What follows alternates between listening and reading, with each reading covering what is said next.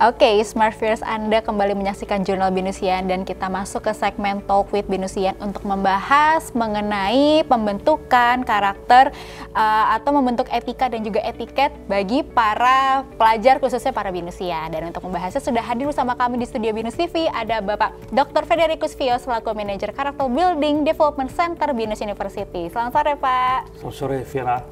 Terima kasih ya Pak sudah menyempatkan waktunya untuk hadir di sini karena ini adalah pembahasan yang sebetulnya banyak dibahas mengenai tentang perilaku, etika, dan juga etiket. Apalagi sekarang semakin maju perkembangan era digital, ya pasti kan itu menjadi tantangan tersendiri juga, khususnya mungkin di sini dari point of view bagi para pengajar gitu ya Pak. Saya pengen tanya nih gitu kira-kira dari Pak Vio sendiri, gimana sih Pak mengintegrasikan nilai-nilai karakter dalam proses pembelajaran di kelas Bapak, baik secara kurikulum maupun pendekatan pribadi sebagai pengajar? Bagaimana Pak?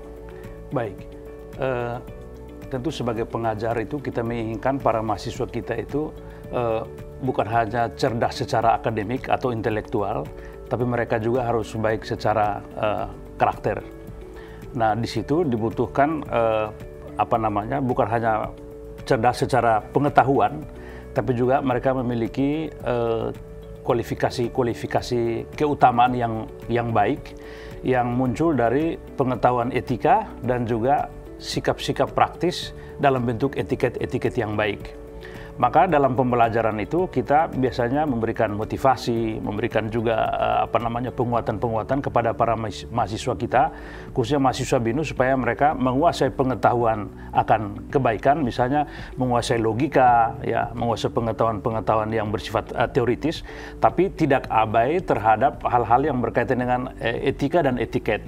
Karena percuma mahasiswa atau seseorang itu memiliki pengetahuan yang benar, tapi salah diimplementasikan dalam perilaku-perilaku yang baik dalam bentuk etika dan juga etiket itu khususnya gitu ya. Misalnya dalam pembelajaran kita melatih mereka misalnya untuk jujur, mengerjakan ujian misalnya, atau juga melakukan proyek-proyek dalam pengembangan pendampingan masyarakat di tengah komunitas, di sekolah, dan juga unit-unit yang mereka dampingi di masyarakat dalam proyek-proyek sosial yang mereka lakukan melalui mata kuliah karakter building dan juga bahasa Indonesia. Jadi kita latih mereka untuk bagaimana berbicara yang sopan, bagaimana berpakaian yang sopan. Dan selama ini misalnya dalam kuliah karakter building di BINUS, setiap bulan, khususnya di bulan pertama, awal bulan, minggu pertama, mahasiswa itu menggunakan pakaian daerah Nusantara. Dalam arti memberikan apresiasi pada budaya, karena itu kan budaya juga melekat pada kita itu bagaimana penghargaan kepada juga tadi aspek etika berpakaian itu sebetulnya. Jadi sebenarnya ada satu kesatuan antara pengetahuan yang benar dengan etika sebagai rasionalitas tentang yang baik, tapi juga diharapkan rasionalitas tentang apa yang baik itu bisa turun kepada sikap-sikap yang baik yang dalam bentuk etiket-etiket itu. Ya. Oke, sebetulnya pembelajaran mengenai etika, tata cara sopan santun, norma dan lainnya sebetulnya bukan cuma dari jenjang perkuliahan aja, tapi sebetulnya dari zaman SD pun kita sebenarnya sudah diajarkan gitu ya Pak. Dan ini sebetulnya kan menjadi hal yang sebetulnya cukup penting, tapi memang mungkin terkadang kita sebagai pelajar mungkin kadang-kadang kayak ya udahlah, kayak ada momen seperti itunya ya. Betul. Nah, Pak, kira-kira gimana nih apakah ada pelatihan khusus bagi dosen untuk bisa mendukung penguatan karakter mahasiswa dalam proses belajar mengajar supaya si para pelajar ini tetap tertarik, tetap bisa dia bisa memahami gitu apa yang diajarkan, terutama soal etika dan juga etiket. Dari seperti yang dibilang, karena kan banyak yang saya bilang abai. Baik, ini menarik sekali ya, karena memang kita sadar betul bahwa etika dan etiket itu penting dalam proses perkuliahan, maka kita biasanya mengumpulkan para dosen secara rutin untuk melakukan pelatihan, bahkan seminar, untuk bisa memberikan pengetahuan kepada dosen supaya sama-sama memiliki paradigma yang sama, sama-sama memiliki frame yang sama ketika membawakan materi di dalam ruang kelas. Oleh karena itu, setiap semester biasanya minimal 1 kali pelatihan berkaitan dengan karakter untuk memberikan pengetahuan, khususnya penguatan etika kepada para dosen, dan juga terlebih bagaimana mereka dalam pembelajaran di kelas itu juga memperhatikan etiket. Artinya ini berlaku sama untuk dosen ya. Sehingga nanti biasanya setiap awal semester kita undang dosen, lalu kita briefing, kita sosialisasi nilai-nilai karakter yang mau kita tanamkan di setiap awal semester itu yang akan main dalam semester yang akan berjalan ke depan untuk semua dosen memiliki pemahaman yang sama. Sehingga nantinya betul-betul nilai-nilai karakter baik itu, nilai-nilai etiket yang baik itu turun kepada ditransmisikan dari dosen kepada mahasiswa dalam setiap kali perkuliahan yang dilakukan. Nah, tadi dikatakan bahwa pembelajaran etiket itu sudah sejak kecil. Betul, tapi yang berbeda dalam tingkat universitas, khususnya yang di BINUS adalah pembelajaran kita itu mengedepankan rasionalitas kritis. Artinya bahwa critical thinking itu yang mau kita kedepankan. Kalau pendidikan pada level bawah itu kan biasanya anak-anak ya hanya dijajali dengan pengetahuan yang mereka susah untuk memberikan katakan tanggapan kritis. Tapi berbeda dengan universitas, kita harus kasih mereka pengetahuan yang cukup supaya mereka bisa merespon atau memutuskan sesuatu yang baik bagi dirinya untuk dilakukan itu berbasis pada rasionalitas kritis. Sehingga rational choice itu menjadi pilihan yang nanti menjadi pedoman dalam mereka bertindak. Karena ini kita berhadapan dengan generasi muda, Gen Z yang dewasa dan sudah bisa berpikir mandiri sebagai manusia. Maka critical thinking itu sebetulnya yang kita kedepankan pada mereka. Dan juga untuk dosen, dan tentu bagaimana belajar dengan menghargai pengalaman-pengalaman yang baik itu. Oke. Nah, ada nggak sih Pak mungkin contoh konkretnya atau contoh konkret dari tindakan atau pendekatan yang sudah digunakan oleh Bapak untuk menanamkan karakter kepada para mahasiswa? Baik, biasanya mahasiswa itu kita di awal perkuliahan, biasanya saya di awal kuliah saya selalu mengingatkan para mahasiswa, khususnya di kelas saya, untuk menghargai apa yang disebut disiplin. Mereka harus datang kuliah tepat waktu. Karena kami menyadari bahwa orang tua sudah memberikan pengorbanan yang luar biasa dengan kuliahkan mereka di kampus yang sangat bagus seperti BINUS, tapi mereka harus membalas jasa orang tua itu dengan respect kepada apa yang sudah diberikan. Maka mereka harus disiplin dalam datang untuk berkuliah di BINUS University, khususnya dalam ruang-ruang kelas. Selain itu mereka juga harus bisa memperhatikan aspek integrity. Itu tadi nilai kebaikan dalam bentuk kejujuran. Nah, kejujuran itu dilaksanakan dalam kerja-kerja kelompok atau kerja-kerja pribadi dalam mengerjakan tugas perkuliahan atau tugas lain di luar kampus yang mereka kerjakan. Itu harus memperhatikan aspek etiket itu dan etika juga ya. Lalu selain itu mereka juga harus bisa mempertanggungjawabkan apa yang mereka lakukan. Artinya belajar untuk bertanggung jawab sebagai mahasiswa. Karena tadi saya mengatakan bahwa mereka harus bisa memikirkan secara rasional apa yang harus mereka lakukan. Sebelum bertindak, itu harus berpikir terlebih dulu. Sehingga nanti tindakan-tindakan yang dilakukannya itu sudah melalui proses screening etika dan screening etiket tadi. Nah, disitulah dibutuhkan rasionalitas etika. Sehingga mereka akhirnya tindakan yang keluar itu sudah dalam bentuk bisa kita pastikan aman secara etika dan etiket itu. Disiplin dan juga kejujuran itu yang sangat ditekankan kepada para mahasiswa ya.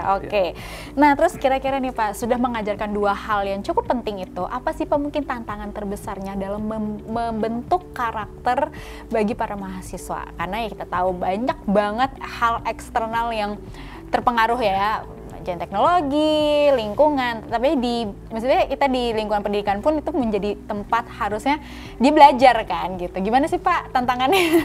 Ya, tidak mudah sebetulnya kita memberikan nilai-nilai untuk anak muda sekarang yang juga karena banyak pengaruh dari eksternal itu kita berbenturan dengan banyak penetrasi budaya digital ya.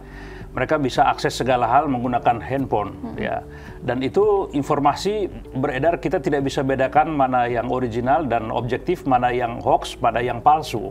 Dan mereka bisa saja menghidupi sebuah informasi yang salah atau juga pengetahuan yang keliru tentang hal-hal yang baik. Maka sebetulnya tantangan kita itu dunia digital, bagaimana berperilaku sebagai mahasiswa secara etis di dunia digital. Nah, itulah sebetulnya yang selalu kita sampaikan kepada para mahasiswa itu supaya selalu menjadi pengguna media teknologi yang cerdas dan kritis dan juga berdampak baik bagi sesama gitu. Karena misalnya kalau dalam kehidupan sehari-hari orang bisa menggunakan handphone untuk tujuan yang baik atau tujuan yang jahat. Mestinya kan kita berpikir rasional bahwa orang harus menggunakan media digital itu atau juga handphone itu untuk tujuan-tujuan yang baik. Yeah. Maka pertimbangan moralitas sudah masuk sebelum dia mengetikkan sesuatu di handphone yang dia miliki. Jadi hal-hal seperti itu yang sebetulnya kita menjadi tantangan kita, karena sekarang banyak orang seringkali lebih banyak gerakan tangan lebih cepat daripada saringan rasionalitas dan pertimbangan etika tadi. Nah, itu yang akhirnya membuat banyak kekacauan sosial dan juga merusakkan diri mereka. Ya. Oke, nah terus kira-kira melihat gimana Pak pandangan Bapak melihat keterlibatan hubungan antara kecerdasan akademik dan kecerdasan moral ini dapat dalam keberhasilan mahasiswa di masa depan, terutama di dunia kerja? Ya, saya kira salah satu survei yang pernah dibuat oleh BINUS itu bahwa banyak industri itu sebetulnya mengharapkan bahwa mereka terima lulusan BINUS bekerja di perusahaan itu, yang mereka lihat itu pertama itu masalah karakter gitu. Jadi kalau karakternya baik, attitude-nya baik, itu perusahaan senang untuk menerima lulusan BINUS. Maka sebetulnya itu yang harus kita tahu bersama supaya ini menjadi sebuah gerakan bersama untuk kita perkuat. Ya. Jadi sebenarnya persoalan karakter ini bukan hanya tanggung jawab dosen atau mahasiswa atau karyawan, tapi sebenarnya seluruh elemen dalam kehidupan sosial itu sama-sama bertanggung jawab untuk membangun sebuah ekosistem karakter yang kondusif, sehingga gerakan itu menjadi gerakan bersama semua pihak. Ya, orang tua di rumah, dosen di kampus, dan juga mungkin lingkungan sosial, bahkan media juga ikut bertanggung jawab untuk sama-sama kita mempromosikan nilai-nilai etika dan juga karakter itu kepada para generasi muda kita. Ya. Oke, nah Pak, apa nih Pak harapan terbesar gitu terhadap para mahasiswa yang dapat menerapkan nilai-nilai karakter terutama di dunia kerja ataupun pendidikan selanjutnya? Saya sih selalu berharap kepada para mahasiswa, karena mereka generasi muda, mahasiswa, masa depan mereka masih terbentang. Saya mengharapkan di masa muda itu mereka bukan hanya belajar tentang pengetahuan atau juga menguasai hard skill, tapi mereka tidak boleh lupa tentang persoalan karakter itu. Sebetulnya karena ada sebuah pepatah mengatakan karakter itu menentukan nasib masa depan seseorang. Jadi kalau misalnya pengetahuannya itu bisa dipelajari kapan saja. Saya tidak tahu matematika, saya masih bisa belajar. Tapi kalau karakter saya rusak, bagaimana saya memperbaiki karakter itu? Nah, sebetulnya harapan saya itu generasi muda itu coba melihat nilai yang lebih, visi yang lebih panjang untuk membuat sukses lebih baik sebagai manusia di masa depan itu, memperkuat kualifikasi karakter dalam diri mereka, sehingga nanti akhirnya bisa membawa mereka untuk sukses dan lebih baik di masa depan yang lebih gemilang untuk hidup mereka. Oke, setuju. Karena memang karakter ini melekat pada diri setiap individu. Betul. Gitu ya Pak. Ya. Apalah artinya akademik bagus, jabatan tinggi, tapi kalau nggak ada punya etika atau etiket yang baik gitu ya.